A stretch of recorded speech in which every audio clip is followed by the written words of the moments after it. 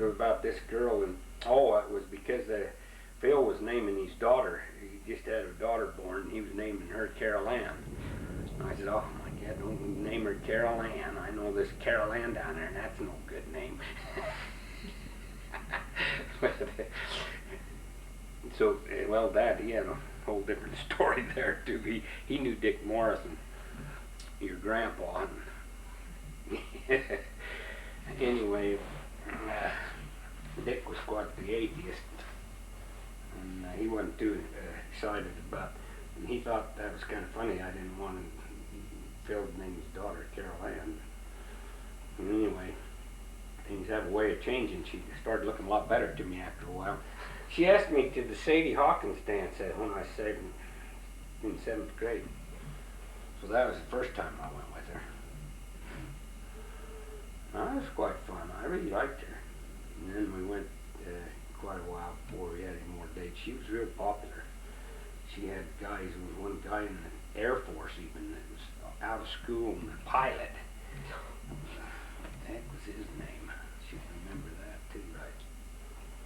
Easy, but he came back from the Air Force and she was only about a junior and he wanted to marry her. Oh.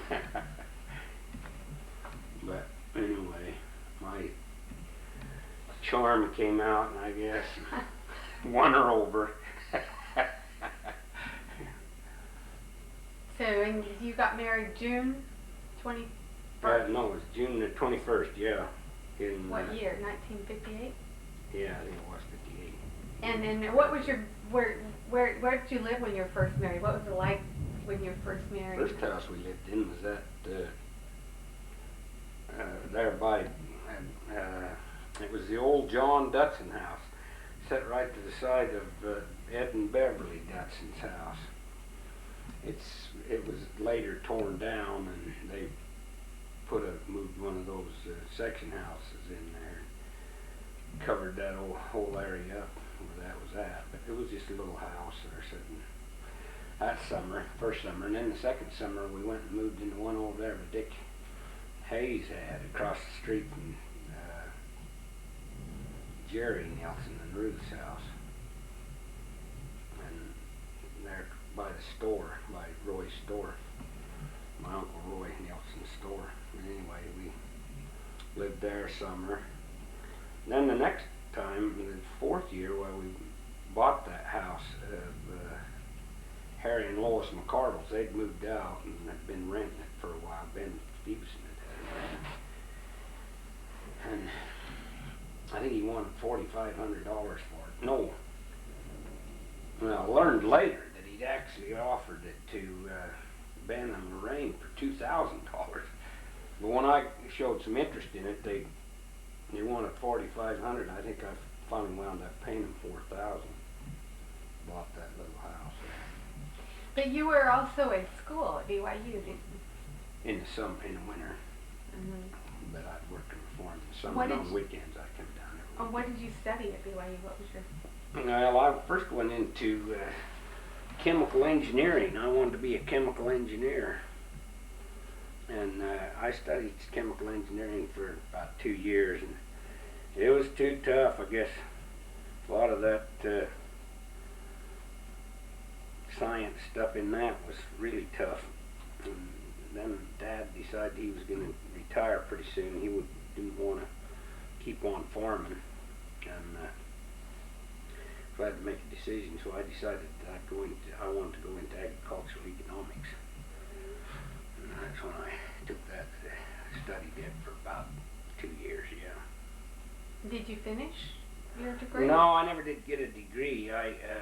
Actually, the thing that held me back the most, I did lack a few hours, but that junior proficiency, I was never really very good at English. Carol was real good, and she did my papers and things, wrote a lot of my, she didn't write them, I wrote my papers, but she did the typing of them, putting them together. And anyway, after I came back to the farm, I've been getting some letters even recently, lately, that I ought to get my degree, because I do have a lot of credits.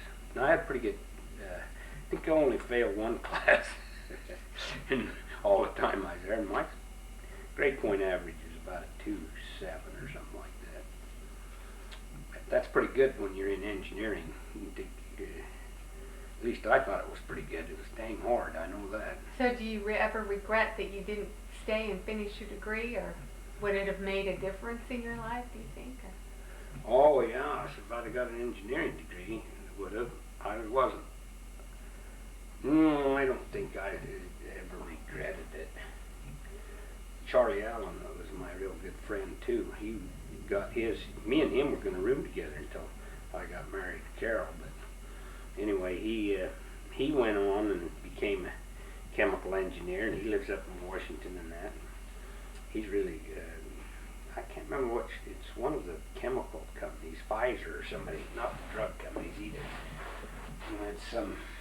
Anyway, old Chuck, he got quite far up in it, but I don't see he's any better off really than I am either. So probably didn't have. So are you glad that you pursued farming and agriculture? There's no better profession on earth than farming. It's just making a living at it.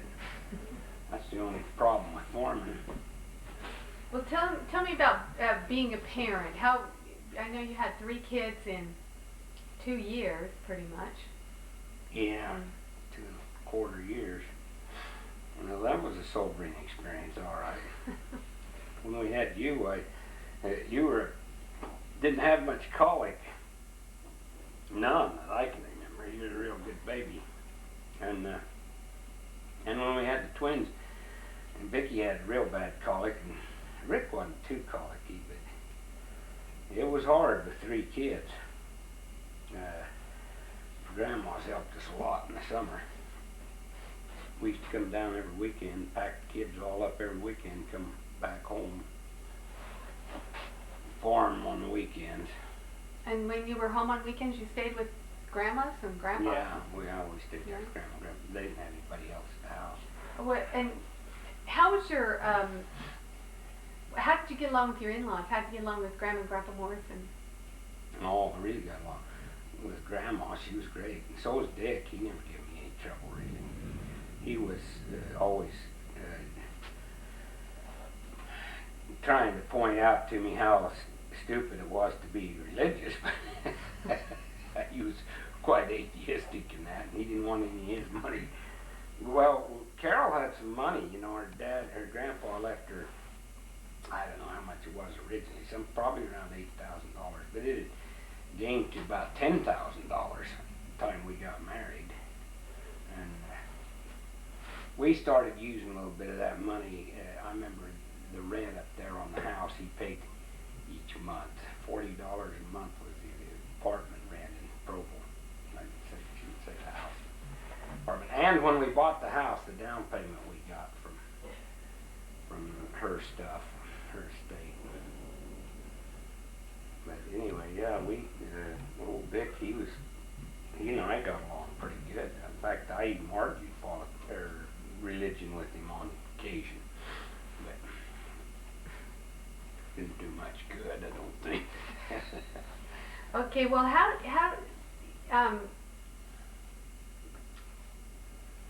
okay, and then when I was 11, you all went to the temple, and tell me about deciding to do that and doing that.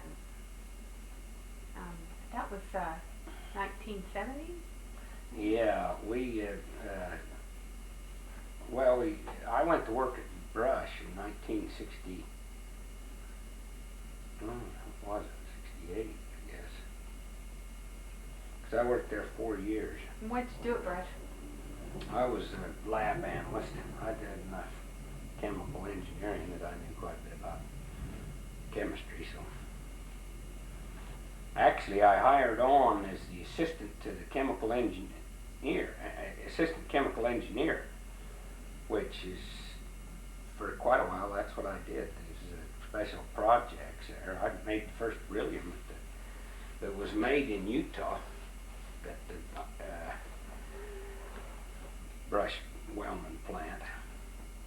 I don't think anybody else refined any out. Not the metal beryllium, but the beryllium carbonate, the product that Brush was shipping back east to make the metal beryllium out of. I made the first of it with pilot plant. In the pilot, I made a laboratory table pilot plant.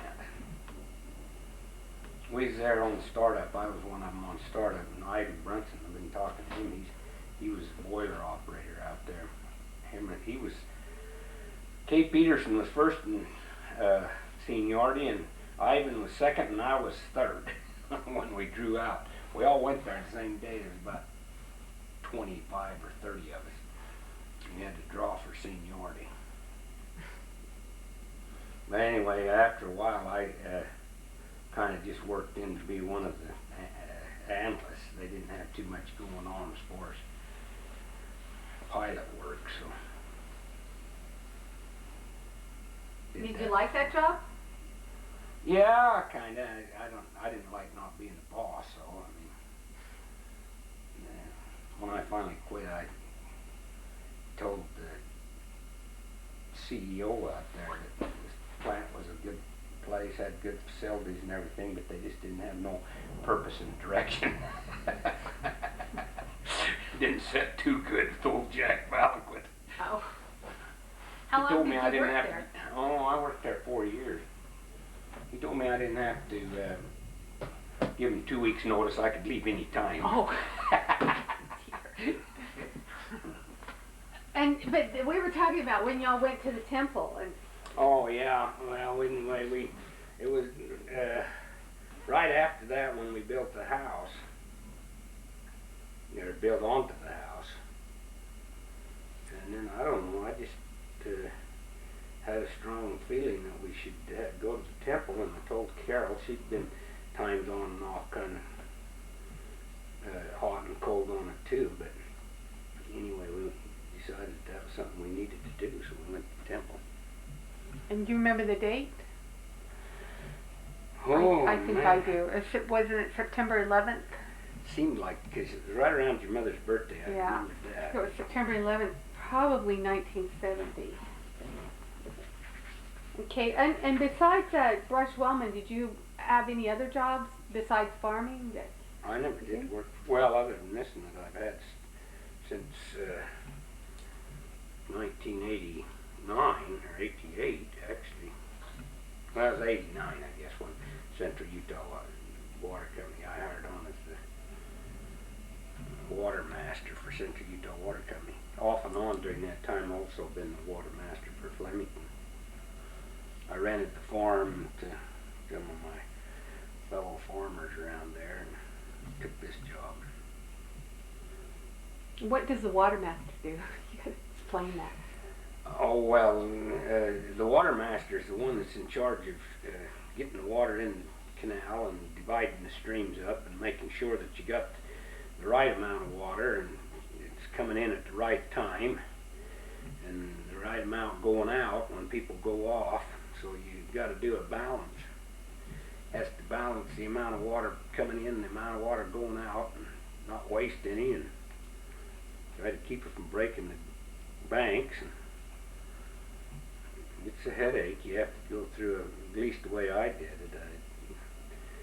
I went through a balance each day. I had to write down who was going to be on, when they was going to be on, and then try to get the right amount coming in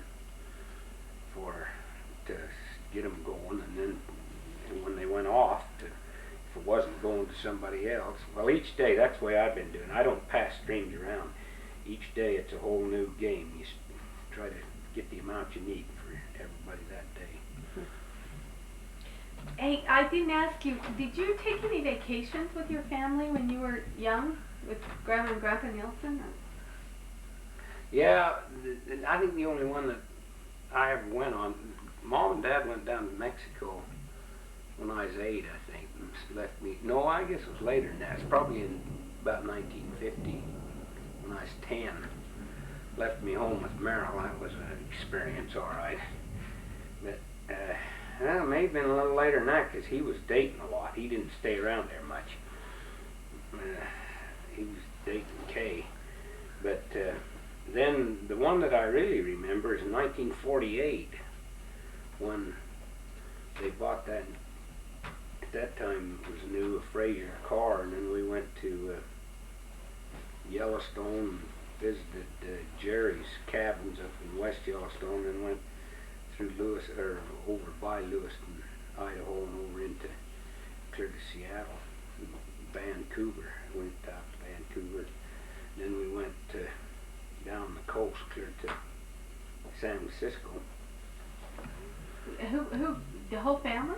Yeah, it was me and Marilyn, Dad and Mom, really. Oh. But we also was traveling with Spence and his wife, Mert, and Spence is my uncle. And they had a daughter, Iris. She was with them.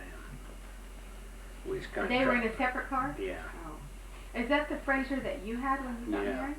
Yeah, the old Fraser that Grandpa Morrison fixed up. It was, by the time we got married, it was getting quite old. Well, Marilyn used it all after Dad got a new car. Why, then Marilyn used it to go to college in. It kind of wore out. But when I got it, like, Dick fixed the engine all up in it, rebored the engine and sleeved it and everything. Okay, how about family traditions, like both after you were married and Christmases, birthdays? Were there any special traditions that you did in Lindell? Or Oh, we had lots. Every year on our birthday came, we all had birthday parties. That was a big deal. And Christmases, we observe them about like they are now. lots of presents? Yeah. And tell me about your kids. I think we know the dates of their birth, but tell me about characteristics of your kids. No. Which Deb, kids you enjoyed more? You was the apple of everybody's eye when you was born. Like I said, it's telling you and the guy came around with this album, wanted us to buy a family album, so we had him take some pictures. We get the family album, and we got so many pictures with it. One of them was you standing there on the iron. He kind of had an iron bench-like thing. I know you was 6 months old at that time, or just a day or two over. And you was able to hold yourself up and stand by yourself. But you'd even walk. You took a step or two by yourself even at that time. Before that time, a little bit. So, and then when Deb and Rick come along next year. Vicki and Rick. Yeah, Vicki and Rick. Why? That was quite a harrowing experience. We had a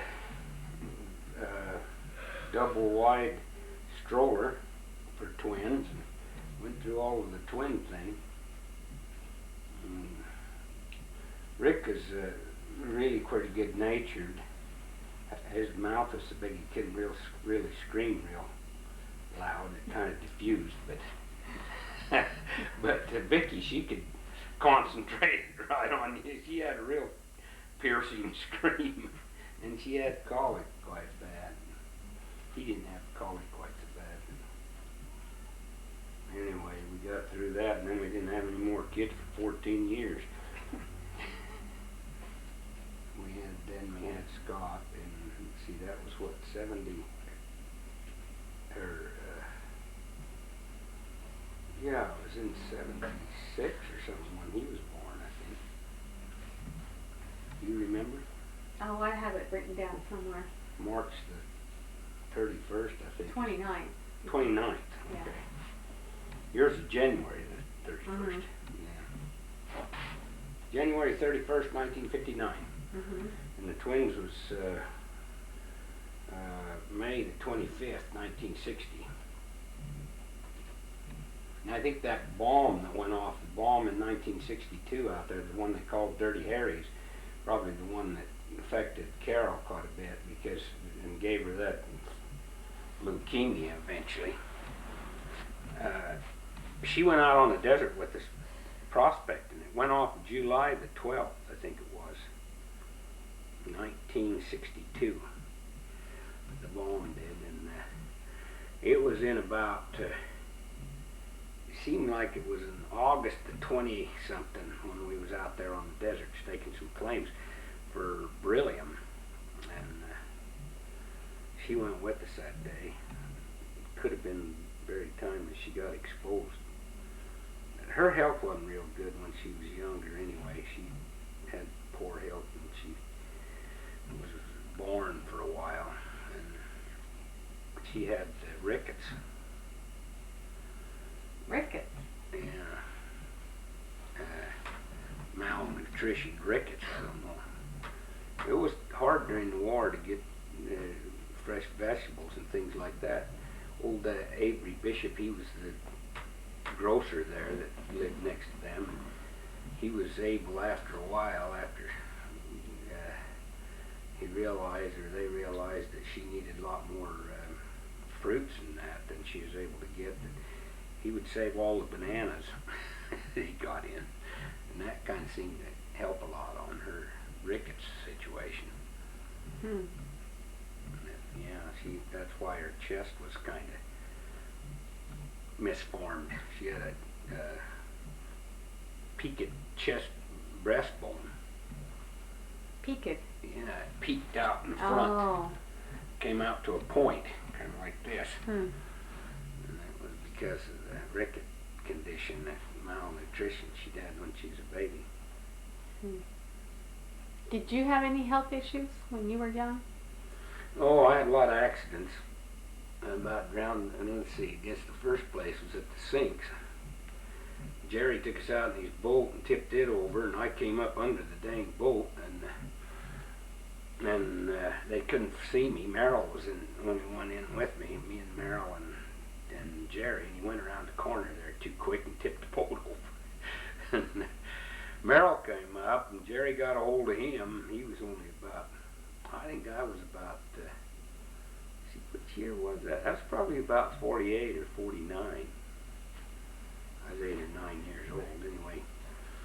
He got Merrill, but he couldn't see me, and I came up under the boat and got in the air pocket there and was breathing a little, so I held myself up into it. And then old Ray Mills, they was over there on the bank drinking, a bunch of them. Jerry had been drinking with them. Maybe that's why he went too fast around the corner. But anyway, Ray Mills concluded that I'd come up under the boat on the car, and he could see where I'd went under, where I went into the water at, and the boat kind of flipped that way. Anyway, he swam out from the bank and grabbed me by the hair and pulled me out. I can remember thinking, boy, this is kind of funny. I'm being under that boat, and then him jerking my hair, and I'd be disappearing into the water again. And then I jumped in, I was trying over to Oak City. I went out there to swim at the Oak City pool. They had a pool in those days, and it was quite popular, especially in the summer. And it seemed like it was the 4th of July when we was over there, or maybe a week or two after the 4th of July. But it was on a Saturday, and there was a lot of people in the pool, a lot of kids, and I kept asking Merrill and them other guys that was around there why they had that dang rope across the pool. And they didn't want to talk to me, them older kids. They just acted like I was too dumb or something. And anyway, I decided, well, I guess I'll just jump in this other side of rope instead of where the little kids was. Found out why they had the rope there. That was because that was the division of where it got deep. Mm. And the lifeguard, he seen me go under. I went under twice. He caught me on the third. How old were you? I was probably, that happened after this boat deal. I was probably around 10 or 12, I don't know. Did you ever learn to swim? Oh yeah, we all learned to swim eventually. We actually took swimming lessons, went down to Delta. I didn't know how to then, but they had swimming lessons. We went down to swimming lessons, me and Merrill both. They had, in fact, Phil became a lifeguard himself. A lot of the older people in Glendale got their lifeguard certificates. And then when the pool in Delta went, it got too bad to keep the water in. They did away with it for a long time. They didn't have a pool down there, and they didn't have swimming lessons. Those kids, those years there was a bunch of them drowned. They went out to learn that themselves after they was older, how to swim, and drowned a bunch of them. Wow. Out to the flumes. There was 2 kids drowned. One almost drowned out there one day. Wow. And so then Carol decided that something needed to be done to get a swimming pool, so she was instrumental in getting this special service district. It was a special service recreation district that built another pool in Delta, the one that's there now. Okay, but what about illnesses? Did you have any poor health when you were young, or just your regular basic mumps and? Well, I always used to have. The only thing I had was kind of the basic, but it was quite regular with me. I'd get strep throat, and the strep throat would go into my ears. And that's another thing that I think the iron deficiency contributed to that. Bad. And what kind of home remedies what kind of remedies we used to, if we got really sick with sore throat in that while, we used mustard plasters. But penicillin come along. In fact, one time there, I think it was when I just barely went down, it was around when I was 12 or something. I went and spent a week at the hospital in Delta with a bad earache and sore throat. They finally got it under control with penicillin. Penicillin that just came along. Actually, they didn't use penicillin. They did start me out on penicillin, but it didn't do as good as Dr. Bird thought it should, so he put me on Combiotic. First that I'd ever heard of Combiotic, but I spent about, I think 5 days or 7 days in the hospital. It was old Bird's private. It was just his own hospital that he had there. That was all there was, is his room place. It was just a bunch of rooms. Okay. What about talk about what was your child rearing psychology, or what kind of rules did you have for the home, or did you have any? You mean when I no, when you were raising your kids. Oh, I wasn't nearly as tough on my kids on chores and all that as, I don't know that you guys really did have defined chores. Your mother might have gave you some, but I don't think that I ever did. I did have Rick work for me when he had certain chores he was supposed to do. I was a little tougher on him than I was the others, but I worked once. I worked. Oh, you windrowing. worked for me. You know, I hired you that summer or something. I think I was paying you hired me without pay. Oh, I wasn't paying you. I don't remember. I don't think so. I don't remember. Anyway, yeah, I had you doing some windrowing and that, but I think that was about the only time I ever did that, too. Yeah, I think that was just one summer. Okay, what about, what are some of your memories, happy and sad memories of your kids, of growing up in the home?